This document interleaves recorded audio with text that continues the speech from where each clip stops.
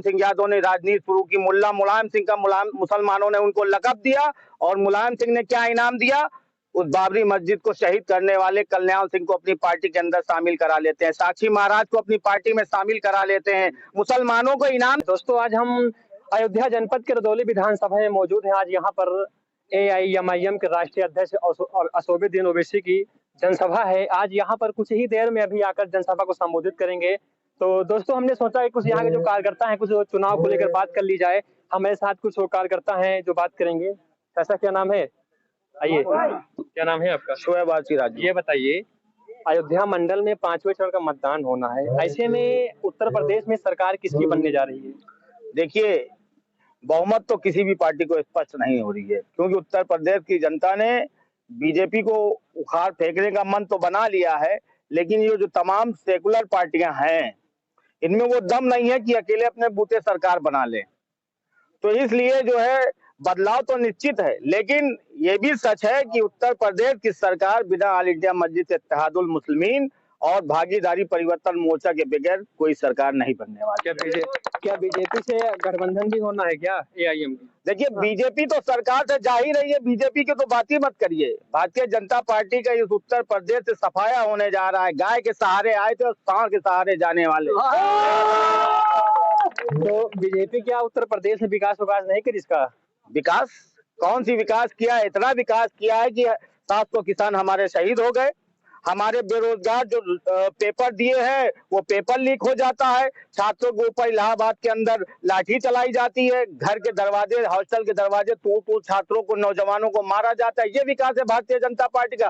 Bharatiya Janata party ने सिर्फ नफरत फैलाने का काम किया है, विकास के नाम पर कुछ नहीं किया। सिर्फ मंदिर मस्जिद के नाम पर लोगों को बांटने का काम किया। इस गंगा जमुना तहजीब को जो है खत्म करने का काम किया। हिंदुस्तान के संविधान को बर्बाद करने का काम किया और इसके सिवा भारतीय जनता पार्टी ने कुछ नहीं किया। योगी तो कह रहे हैं रोजगार हमने बहुत दे दिया। अगर रोजगार होते तो ये उत्तर प्रदेश का चुनाव आप देख रहे हैं जो पश्चिम से चलकर पूरब की तरफ जा रहा है, भारतीय जनता पार्टी का सुपड़ा साफ करने जा रहा है। अगर विकास किए होते तो सरकार दोबारा बनाए होते। यूपी में क्या होना चाहिए? बदलाव होना चाहिए या नहीं? निश्चित तौर बदलाव होना नहीं चाहिए, बदलाव हो गया है। उत्तर प्रदेश की जनता ने भारतीय जनता पार्टी के जुल्मों सितम को जो है एकदम से नकार दिया। उसका जवाब वोट के जरिए दिया उत्तर प्रदेश की जनता। इंशाअल्लाह 10 मार्च को ये उत्तर प्रदेश की जनता और आप जो गोदी मीडिया वाले लोग हैं वो भी देखेंगे भारतीय जनता पार्टी का सुपड़ा साफ हो गया। अच्छा, उत्तर प्रदेश में आपकी पार्टी का मुद्दा क्या है? किस मुद्दे के लेकर आप चुनाव में उतरे हैं?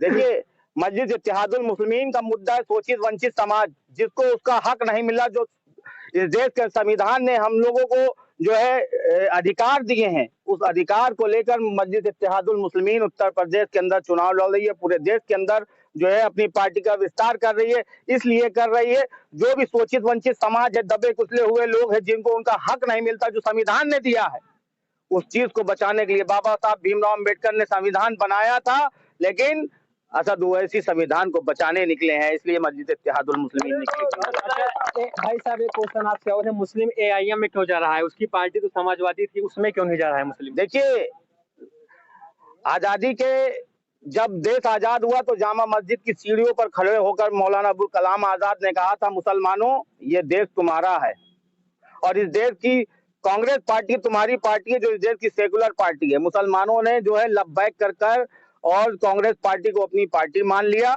और अब कांग्रेस पार्टी के नेताओं को अपना लीडर मान लिया। लेकिन आप देख रहे हैं जो आजादी से पहले मुसलमान नौकरियों में जो है 30% हुआ करता था, आज जो है 1% भी नहीं रह गया नौकरियों में।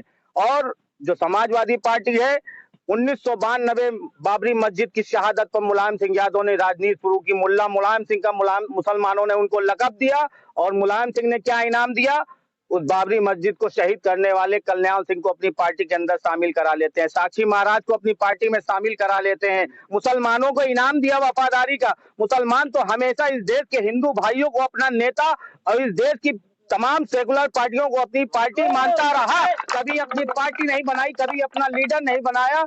इसलिए मुसलमानों की हालत बद से बदतर होती चली गई। लेकिन अब इस देश का मुसलमान जान गया है कि हमारी न कोई लीडर है, न हमारे लिए कोई पार्टी है। हम मुसलमानों पर जुल्म होता है, जाति होती है, लेकिन तमाम सेकुलर पार्टियां इस देश की तमाशा देखती है, हमारी बर्बादी के ऊपर अपनी राजनीति की रोटियां सेकती हैं। अच्छा, मुस्लिम समाजवादी से बाहर क्यों भाग रहा है? दूसरी पार्टियों में क्यों जा रहा है? क्यों? समाजवादी पार्टी ने दिया क्या? मैंने जैसे अभी बताया 1992 के बाद से मुल्ला मुलायम सिंह हो गए, उसके बाद उनके बेटे जो समाजवादी पार्टी के मुखिया बने अखिलेश यादव, उन्होंने क्या दिया? मुसलमानों ने 2012 में उनको भरपूर वोट दिया था, 18% आरक्षण देने का वादा किया था अखिलेश यादव ने।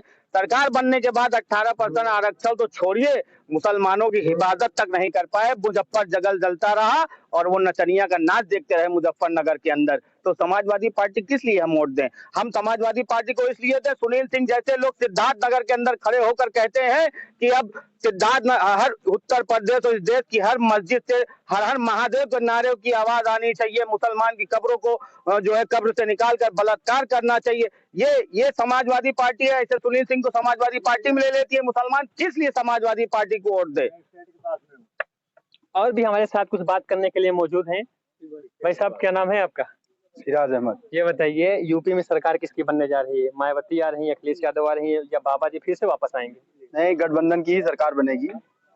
पूरा बहुमत किसी भी एक मुश्त पार्टी को नहीं मिल पाएगा, गठबंधन ही आएगा। जो भी किसके साथ गठबंधन होगा? अब ये तो देखिए गठबंधन किसके साथ होगा, जो जीतेंगे। फिलहाल गठबंधन का हिस्सा एमआईएम पार्टी जरूर रहेगी। एआईएम कितनी सीटें निकाल रही है प्रदेश में? ये बताना तो नहीं बता सकते कि कितनी निकाल ली। 10 मार्च के बाद ही आपको पता चलेगा कि कितनी सीटें निकल रही। अखिलेश यादव कह रहे हैं कि एआईएम बीजेपी के बी टीम है। देखिए, उनके कहने से बी टीम नहीं हो जाती, वो खुद बी टीम का काम करते हैं। आधे भाजपाई सपा में चले गए हैं, सपाई भाजपाई चले गए हैं, तो बी टीम बता रहे हैं। बी टीम मजलिस इत्तेहादुल मुस्लिमीन बी टीम नहीं है।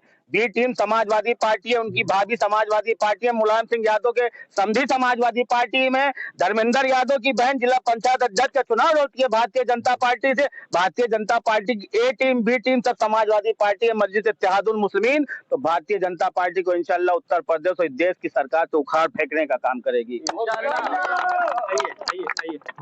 ये भाई साहब रखना चाहता हूँ अपना। जी देखें, बिल्कुल। आप मीडिया वाले हैं, हम तक पहुंचे, लेकिन आज हमारे हिंदुस्तान के अंदर क्यों ये आग जल रही है कोने कोने में, इसमें सबसे बड़ा हाथ मीडिया का है।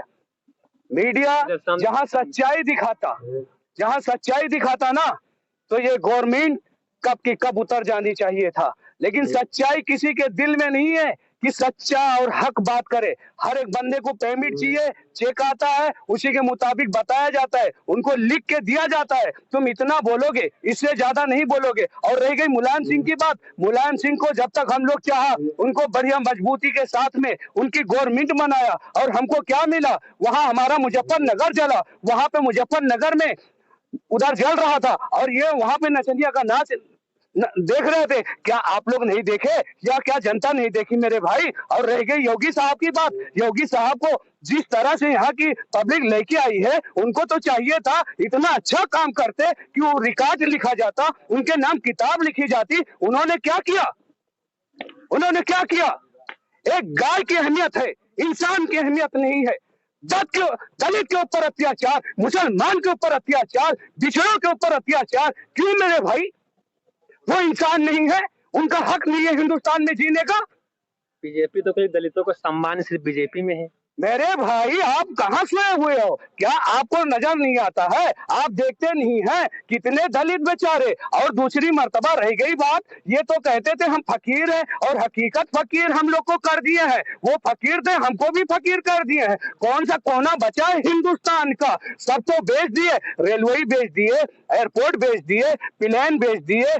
क्या बचा है आपके पास? जरा बताएं, हमारी इकोनॉमी कहाँ चली गई है? क्यों कोई नेता उस पर आवाज नहीं उठा रहा है मेरे भाई? और जहां पे इलेक्शन का मामला जब भी आता है, कहीं ना कहीं दंगा होता है। इसके जिम्मेदार कौन है? 700 किसान मर चुके हैं, उसका जिम्मेदार कौन है? जहां ये सही थे तो बिल वापस क्यों लिए ये बिल वापस? जहां सही थे, एक मंत्री का लड़का बाकायदा गाड़ी चढ़ा के जा रहा है, इतनी हत्या कर रहा है, उसके ऊपर कोई ऑब्जेक्शन नहीं होता है। थोड़ा से किसी की गाड़ी में टच हो जाए, पावर वाला बंदा उसको उठा के मारता भी है और जेल में ठुकवा देता है। गरीब की सुनवाई नहीं होती है मेरे भाई, सब तो उन्हीं के हैं। अच्छा, योगी आम जनता की कहाँ सुनवाई हो रही है? योगी जी कह रहे हैं कि गुंडा राज जितना है, माफिया राज अखिलेश की सरकार। वाह भैया वाह, बहुत अच्छी बात कहे हो। जिसके ऊपर 73 केस ऑलरेडी दर्ज था, तो गुंडा तो वही था। सबसे बड़ा गुंडा तो यूपी के अंदर वही है। और दूसरी मर्तबा आप बीजेपी का रिकॉर्ड उठा के देखें, जिसमें से 70% लोग जो ने सबके ऊपर आरोप लगे हुए हैं, सबका जो ने मुकदमा दर्ज है। और आप कैसे कह सकते हैं मेरे भाई, जहां ऐसा होता, मुक्त होता, जहां ये दंगाइयों से हमारे वैसी साहब के ऊपर ये 4 फायरिंग कहां से आई थी? आसमान से आई थी, जमीन से निकली थी, उन्हीं के लोग थे। जो हम हक बोलते हैं तो हमको खड़ा नहीं होने दिया जा रहा है। क्यों मेरे भैया? आपने पूछना चाहते हैं, आप इसके ऊपर क्या हमको जवाब देंगे? अच्छा भाई साहब, एक सवाल आपसे और है। अभी हिजाब को लेकर जो मामला छिड़ा था, उस पे अभी अखिलेश यादव ने कुछ नहीं कहा है। हाँ, बहुत बढ़िया बात, यही तो एक बात है। और इसी के लिए हम सब एक हुए हैं मेरे दोस्त। आज देखें, 70 साल के बाद में हमको जहां कोई नेता मिला है, वैसुद्दीन साहब, जो पूरे ऑल इंडिया के लोग कोने कोने में उनको मानते हैं, हर धर्म को वो लेके चलते हैं। आपको बताता चलूं, शायद आपको नॉलेज नहीं होगा, तेलंगाना के अंदर 425 साल की एक मंदिर थी। वो मंदिर की रिपेयरिंग के लिए हमारे अकबरुद्दीन ओवैसी साहब ने तेलंगाना गवर्नमेंट से कितना पास करवाया? 5 करोड़ रुपया। कितना भैया?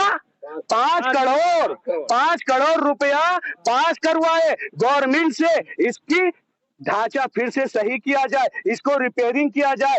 भैया, वहां पे कोई नफरत की डंका नहीं बज रहा, सब यूपी में ही क्यों है? तो यूपी में इसीलिए है, चोर बदमाश यहाँ पे भरे हुए हैं और अपना सत्ता चलाना चाहते हैं, हम लोग को मैदान में आने नहीं देना चाहते हैं।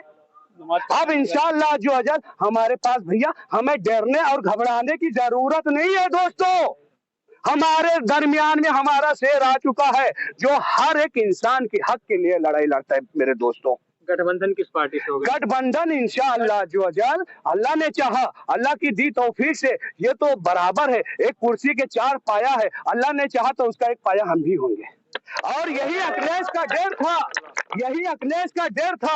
अखिलेश ने क्यों नहीं हमसे गठबंधन किए? इसलिए नहीं किए, आने वाले समय में जहां वैसी साहब यहाँ मजबूत हो जा रहे हैं, तो हमारा जो है खेल खत्म हो जाएगा, वैसी का डंका बजेगा। क्यों? वो हकदार, वो देखें, वैसी साहब के पास दौलत की कमी नहीं है, शोहरत की कमी नहीं है मेरे दोस्त। हर दुनिया, आप बाहर इंडिया आउटसाइड चले जाएं, वैसी साहब का डंका बजता है, हर एक जुबान पे उनको डंके पर अल्हम्दुलिल्लाह दिखाया जाता है। ईमानदार नेता है मेरे भाई। आज तक बहुत सारे लोग कहते हैं, ये भी बताता चलूं, वैसी साहब के ऊपर मुकदमा क्यों नहीं होता है, इनको जेल क्यों नहीं भेजा जाता है? मेरे भाई, जब आप कोई क्राइम करेंगे तभी तो आपके ऊपर कुछ ऑब्जेक्शन होगा।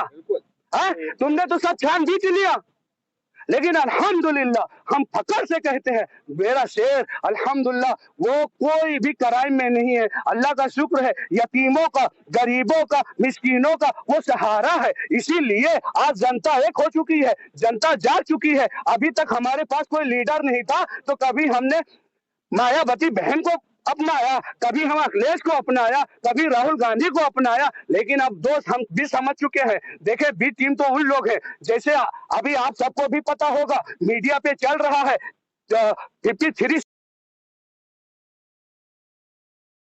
अमेरिका में, इनके बच्चे पढ़े लंदन में, और हमारे सामने क्या होता है? हमारे जितने भाई हैं, आप लोग को भी पता है, हम लोग फीस भर दिए। फीस स्कूल वालों ने अभी क्या चालबाजी कर रहे हैं, 1 साल की फीस पहले जमा करवाते हैं, एडमिशन लेते ही फीस ले लेते हैं, उसके बाद में योगी साहब हर जगह के स्कूल क्यों बंद करवाते हैं मेरे भैया?